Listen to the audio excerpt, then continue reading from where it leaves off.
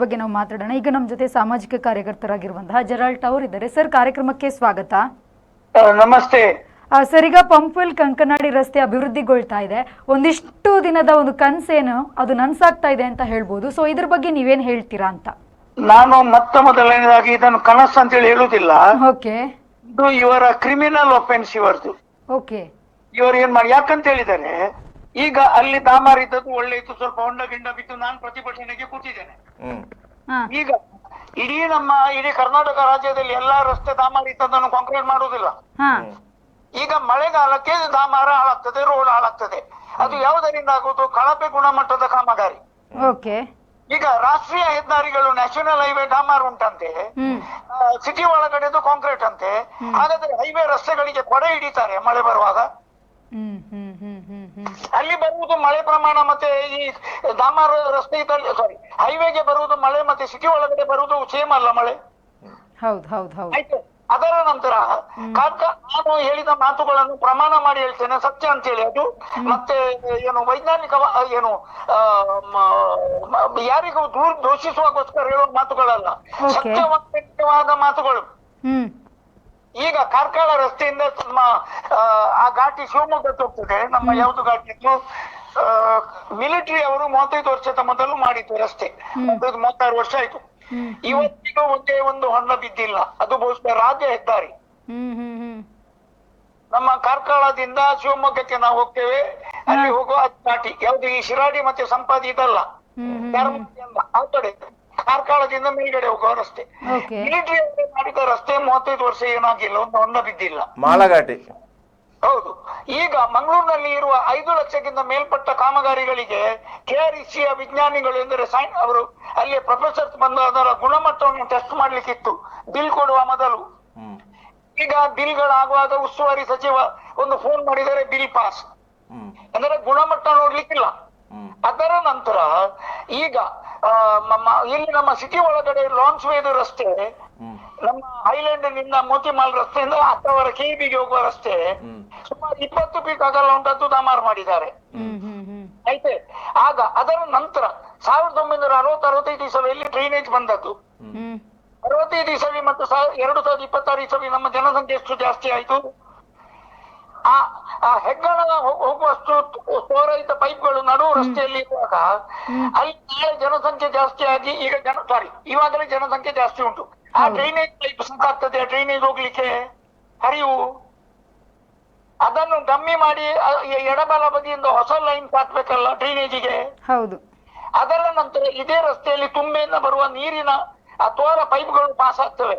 ನಾಳೆ ಏನಾದ್ರೂ ಅದರಲ್ಲಿ ಸಮಸ್ಯೆ ಬಂದ್ರೆ ಇವರು ಪುನಃ ಡ್ರೈನೇಜ್ ಅನ್ನು ಹೊಡೆಯುವುದಾ? ನಾನು ಪ್ರಥಮ ಬಾರಿ 100 ಕೋಟಿ ಅನುದಾನ ಬರುವಾಗ ಯಡಿಯೂರಪ್ಪರ ಕಾಲದಲ್ಲಿ ಕದ್ದಿಯಲ್ಲಿ 10 ನಮ್ಮ ಅಧಿಕಾರಿಗಳು, ಕಾರ್ಪೊರೇಟರ್ನವರು ಮತ್ತೆ ಮಾಧ್ಯಮದವರ ಮುಂದೆ ಹೇಳಿದ್ದೆ, ಇವತ್ತು ಕಾಂಕ್ರೀಟ್ ಹಾಕ್ತೀರಿ, ನಾಳೆ ಅಗಿಯುವ ದಿನ ಬರ್ತದೆ ಅಂತೇಳಿ. ಹೇಳಿದ ಮಾತು ಕಾಂಕ್ರೀಟ್ ಪ್ರಾರಂಭ ಆಯ್ತು. ಹಾಕಿದ್ದ ಕಾಂಕ್ರೀಟ್ ಗಳನ್ನು ಹೊಡೆಯುವ ಕೆಲಸ ಕೂಡ ಆಯ್ತು. ನಮ್ಮ ಬಿಜೈ KSRTC ಹತ್ರ ಬೆಂದೂರುವೆಲ್ಲು, ನಮ್ಮ ಅಗ್ನಿಸ್ ರಸ್ತೆ ಸರಿಯಲ್ಲ ಮೇಡಮ್. ಈಗ ದಡ್ಡಲ್ಗಾಡಲ್ಲಿ ಅಗಿತಾ ಇದ್ದಾರೆ. ಆಯ್ತು. ಹಾಗಾದ್ರೆ ಡ್ರೈನೇಜ್ ಅನ್ನು ಬದಿಗೆ ಬೇರೆ ಲೈನ್ ಮಾಡದೆ ಅದೇ ಮೇಲೆ ಕಾಂಕ್ರೀಟ್ ಹಾಕುವುದಿರಲ್ಲ. ಆಯ್ತು. ಈಗ ಇನ್ನೊಂದು ವೈಜ್ಞಾನಿಕವಾದ ಒಂದು ನನ್ನ ಹೇಳಿಕೆ ಏನಂತ ಹೇಳಿದರೆ, ಮತ್ತೆ ಸತ್ಯ ಇರುವ ಹೇಳಿಕೆ, ಅಸ್ಸಾಂ ದೇಶದಲ್ಲಿ ಹೈಯೆಸ್ಟ್ ಮಳೆ ಬರುವ ಪ್ರದೇಶ. ಹೌದು. ನಮ್ಮ ಅಸ್ಸಾಮಿನ ಚಿರಾಪುಂಜಿ. ಈ ಅಧಿಕಾರಿಗಳು ಕಾಂಕ್ರೀಟ್ ಮತ್ತೆ ಕಾಂಕ್ರೀಟಿನ ಆ ಗುತ್ತಿಗೆದಾರನ ಬೆನ್ನು ತಟ್ಟುವವರು ನನಗೆ ಅಸ್ಸಾಂ ಇಡೀ ರಾಜ್ಯದಲ್ಲಿ ಒಂದು 50 ಮೀಟರ್ ಉದ್ದದ್ದು ಕಾಂಕ್ರೀಟ್ ರೋಡ್ ತೋರಿಸಿ ಇವರು. ಆಯ್ತೆ. ಅದರ ನಂತರ ಈ ಕಾಮಗಾರಿಗಳಾಗುವಾಗ ರಸ್ತೆಯಲ್ಲಿ ಆ ಗುತ್ತಿಗೆದಾರನ ಮೊಬೈಲ್ ನಂಬರ್, ಹೆಸರು, ಎಷ್ಟು ಲಕ್ಷದ ಟೆಂಡರ್ ಯಾವುದು, ಇದು ಫಲಕಗಳನ್ನು ಹಾಕುದಿಲ್ಲ. ಕಾನೂನು ಪ್ರಕಾರ ಫಲಕ ಹಾಕ್ಬೇಕು. ನಾಳೆ ಯಾರಾದ್ರೂ ಸತ್ತರೆ ಯಾರ ಮೇಲೆ ಕೇಸ್ ಆಗುವುದು. ಅದರ ನಂತರ ತಾವು ಮಾಧ್ಯಮದವರು ಎಲ್ಲ ಹೋಗಿದ್ದೀರಿ, ಇವರು ಹೇಳಿದರು 4 ತಿಂಗಳಲ್ಲಿ ಬಿಟ್ಟು ಕೊಡ್ತೇವೆ. 4 ತಿಂಗಳ 40 ತಿಂಗಳ ಅಂತೇಳಿ ಅದಕ್ಕೆ ಅವರು ಆ ಕಾಂಟ್ರಾಕ್ಟರ್ಗೆ ಕೊಟ್ಟ ಗೈಡ್ ಲೈನ್ಸ್ ಉಂಟಲ್ಲ, ಅದನ್ನು ತೋರಿಸಿದ್ದಾರೆ ಮಾಧ್ಯಮಕ್ಕೆ. ಇಲ್ಲ. ಇಲ್ಲಿ ಇದೆಲ್ಲ ಮಾಡ್ಕೊಂಡು ಹೋಗ್ಲಿಕ್ಕೆ ಮುಖ್ಯ ಕಾರಣ ಏನಂತ ಹೇಳಿದರೆ, ಈ ಹಣ ಮಾಡುವ ಪ್ರಾಜೆಕ್ಟ್ ಮಾಡ್ಕೊಂಡು ಹೋಗ್ತಾರೆ. ಯಾಕಂತ ಹೇಳಿದರೆ ನಮ್ಮ ಜನಸಾಮಾನ್ಯರು ಬಾಯಿಗೆ ಬೀಗ ಹಾಕಿಕೊಂಡಿದ್ದಾರೆ. ಬೀಗ ಹಾಕಿದ ಕಾರಣ ನಾವು ಏನೂ ಮಾಡಬಹುದು. ನಾನು ಮಾತಾಡಿದ್ದೆ ವೇದವಾಕ್ಯ. ಹ್ಮ್ ಹ್ಮ್ ಹ್ಮ್ ಹ್ಮ್ ಅದೇ ಇದೆ, ನಾನು ಏನು ಮಾತು ಮಾತಾಡಿದರೂ ಅದು ವೇದವಾಕ್ಯ. ಇವರು ಯಾವ ಕಾಮಗಾರಿ ಕೂಡ ಮಾಡಿದರು ಅದು ಜನ ಮೆಚ್ಚುವ ಕಾಮಗಾರಿ. ಅದೇ ಆಕ್ಚುಲಿ ಇವಾಗ ನಾವು ಮಾತಾಡಿದ್ವಿ 4 ತಿಂಗಳೊಳಗೆ ಅಂತ ಹೇಳಿದ್ದಾರೆ, ಬಟ್ ಅದೇನಾದ್ರೂ ಮುಂದುವರೆದ್ರೆ ಮಳೆಗಾಲ ಬೇರೆ ಶುರುವಾಗುತ್ತೆ, ಸೊ ಆಗ ಇನ್ನಷ್ಟು ಸಮಸ್ಯೆ ಜಾಸ್ತಿ ಆಗುತ್ತಲ್ವಾ ಅಂತ ನಾಳೆ ಸಾರ್ವಜನಿಕ ಮಾಧ್ಯಮಗಳ ಮುಂದೆ 3 ಪವಿತ್ರ ಪುಸ್ತಕ ಇಟ್ಟು ಪ್ರಮಾಣ ಮಾಡ್ತೇನೆ, ಇದು 4.5 ತಿಂಗಳಲ್ಲಿ ಮುಗಿಯುವುದಿಲ್ಲ. ಈಗ ಕಂಕನಾಡಿ ಹಳೆ ಪಂಪ್ವೆಲ್ ರೋಡ್ ಅನ್ನು ಇವರು ತಾತ್ಕಾಲಿಕವಾಗಿ ಬಿಟ್ಟುಕೊಟ್ಟಿದ್ದಾರೆ. ಆ ರೋಡಿದು ಪರಿಸ್ಥಿತಿ ನೋಡಿದ್ದಾರೆ, ಎಷ್ಟು ಅಗಲ ಉಂಟು, ರಸ್ತೆಯಲ್ಲಿ ಎಷ್ಟು ಗಾಡಿಗಳು ನಿಲ್ತವೆ. ಅಲ್ಲಿ ರಸ್ತೆ ಬದಿಯಲ್ಲಿ ಪಾರ್ಕಿಂಗ್ ಅನ್ನು ನಿಷೇಧ ಮಾಡಿದ್ದಾರೆ. ಅಲ್ಲ ಏನಾಯ್ತೆ ಎಲ್ಲ ನಾನು ಹೇಳುದು, ಆದ್ರೂ ಕೂಡ ಹೊಂಡ ಗುಂಡಿ ಮುಚ್ಚಿದ್ದಾರೆ. ಆನಂತರ ಈಗ ಇಡೀ ಮಂಗಳೂರು ಬರುವುದು, ನಮ್ಮ highway, national highway, state highway ಎಲ್ಲ ವೆಹಿಕಲ್ ಬರುವುದು ನಮ್ಮ ಬೈಪಾಸ್ ರೋಡ್ ನಿಂದ ಈಗ ಬದಲಿ ಬರ್ತದೆ. ಈಗ 6-8 ಆಸ್ಪತ್ರೆಗೆ ಆಂಬ್ಯುಲೆನ್ಸ್ ಬರ್ತದೆ. ಆ ಆಂಬ್ಯುಲೆನ್ಸ್ ಬರುವಾಗ ಅಲ್ಲಿ ವಾಹನ ದಟ್ಟಣೆಯಿಂದ ಅಲ್ಲಿ ಬ್ಲಾಕ್ ಆದರೆ ಯಾರು ಜವಾಬ್ದಾರಿ ಅದಕ್ಕೆ? ಅಲ್ಲ, ಕೇರಳ ಕಡೆಯಿಂದ ಬರುವಂತ ಎಲ್ಲಾ ವಾಹನಗಳು ಮಾನವಗಟ್ಟೆ ಅಂಡರ್ ಪಾಸ್ ಮೂಲಕ ಸಿಟಿ ಒಳಗೆ ಬರ್ಬೇಕು ಅಂತ ಹೇಳಿ ಸೂಚನೆ ಇದೆ. ಎಷ್ಟು ಆದರೂ ಸೂಚನೆ ಬರುವಾಗ, ಈಗ ಕೇರಳದಿಂದ ಬರುವಾಗ 2 ತಿಂಗಳ ಮೊದಲು ಬಂದಿದ್ದ, ಅವನಿಗೆ ನಮ್ಮ ಸೂಚನೆ ದುಸುದ್ದಿ ಅವನಿಗೆ ಉಂಟಾ? ಹೌದು, ಅವನು ಮುಂಚಿನ ತರಾನೇ ಬರ್ತಾನೆ.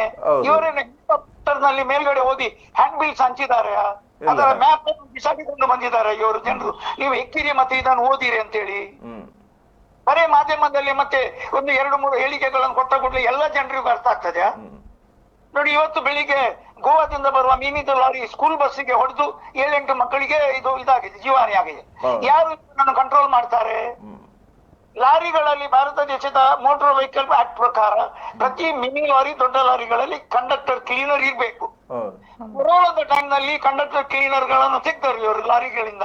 ಇವತ್ತು ಎಷ್ಟು ಲಾರಿಗಳು ಅಪಘಾತ ಆಗ್ತವೆ ಎಲ್ಲ. ಅದರಿಂದ ಆದ 50% ಅಪಘಾತಗಳು ಬದಿಯಲ್ಲಿ ಕಂಡಕ್ಟರ್ ಕೂತ್ಕೊಳ್ಳದೆ, ಬರೀ ಡ್ರೈವರ್ ಏನ್ ಮಾಡ್ತಾನೆ, ಮಿರರ್ ಅಲ್ಲಿ ನೋಡ್ತಾನೆ, ಎಡ ಬದಿಯಲ್ಲಿ ಬಂದದ್ದು ಯಾರು ಕಾಣುದಿಲ್ಲ ಅವನಿಗೆ.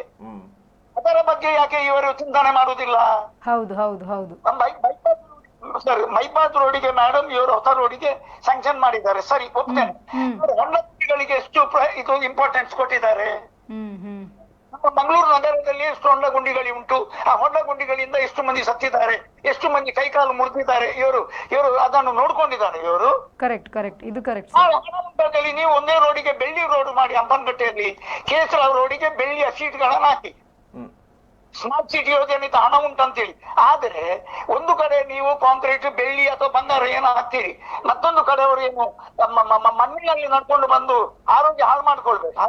ಹೌದು. ಕೊಂಡ ಗುಂಡಿಯಲ್ಲಿ ಬಿದ್ದು ಸಾಯ್ಬೇಕಾ? ಮತ್ತು ಇನ್ನೊಂದು ರಸ್ತೆಯಲ್ಲಿ ಬರುವವರು ಸಮಾನತೆ ಬೇಕಲ್ಲ ಮೇಡಮ್. ನನ್ನ ಸಗಣಿ ಮನೆ ನೆಲಕ್ಕೆ ಸಗಣಿ, ಮೇಲ್ಗಡೆ ಇದು ನಾವು ಮೊದಲು ಹಾಕ್ತಿದ್ದೆವು, ಹಂಚು ಬರುವ ಮೊದಲು ಏನ್ ಹೇಳ್ತೇವೆ ನಾವು,